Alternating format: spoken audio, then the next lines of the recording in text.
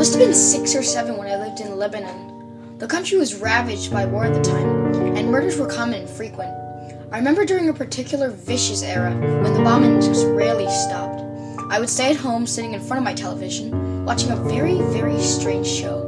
It was a kids' show that lasted about 30 minutes and contained strange and sinister images. To this day, I believed it was a thinly veiled attempt on the part of the media to use scare tactics to keep kids in place, because the moral of every day episode revolved around very uptight ideologies.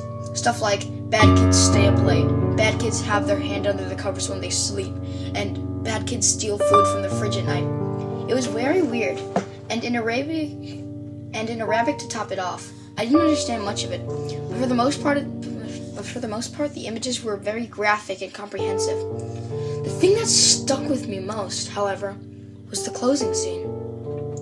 It remained much the same in every episode. The camera would zoom in on an old, rusted, closed door.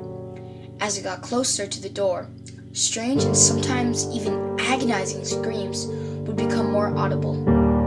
It was extremely frightening, especially for children's programming. Then a text would appear on a screen in Arabic reading, "That's where bad kids go." Eventually both the image and the sound would fade out, and that would be the end of the episode. About 15 or 16 years later, I became a journalist photographer. That show had been in my mind all my life, popping up in my thoughts sporadically. Eventually I'd had enough, and decided to do some research. I finally managed to uncover the location of the studio where much of the channel's programming had been recorded. Upon further research, and eventually traveling on site, I found out it was now desolate and had been abandoned after the big war ended. I entered the building with my camera. It was burnt out from inside. Either a fire had broken out or someone had wanted to incinerate all of the wooden furniture.